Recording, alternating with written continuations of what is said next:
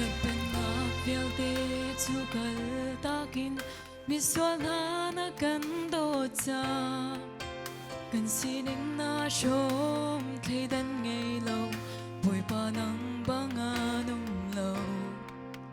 dung za chi na kin chan chua tu le kan tu ding fa pa na pe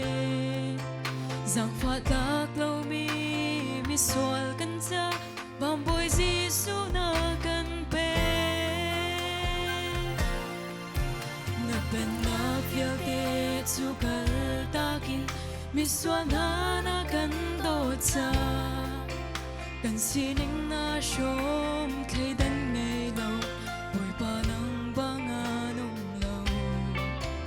sung za chi na gin chan chua tu le kan tu ding fa pa na pe giang pha tak lâu mi swal kan cha bam boy Giêsu na kan pe nào te Giêsu chu nang le kay cha chua lung lo min thăng chat lung lom na kan chap chin lai đốt các lâu do tu giang pha các lâu giang pha tu nang le kay cha Giêsu chuak chang môi to si pha nak na ton chan na rua chan na ka dong mo boy pa dot na khi vun rua chan han nung lom na kin na khat la chi nak phak big mi vai lam ta chu nang le kay cha to tuar in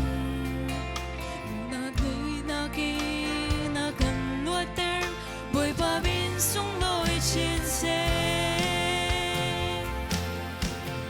mi soal nang le kay tot lak lâu do tu lung lo min thăng chat lung lom na kan chap chin lai tot lak lâu do tu giang pha tak lâu giang pha tu nang le kay cha Giêsu chuak chang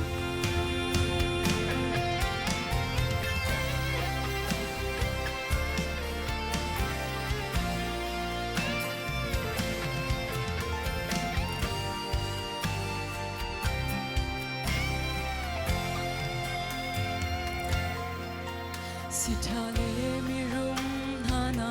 mu zo Giêsu kong kha rua than lo cho in cho kho lâu kan châu o kha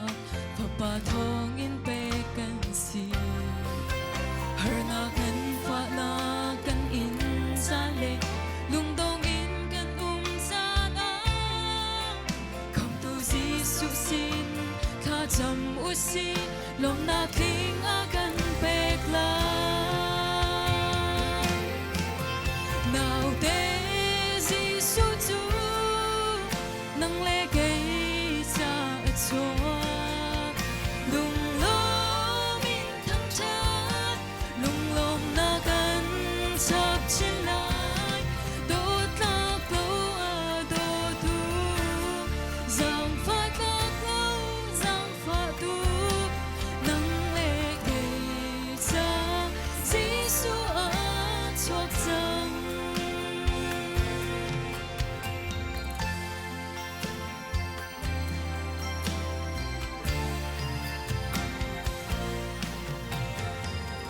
Upang isumpa ng Diyos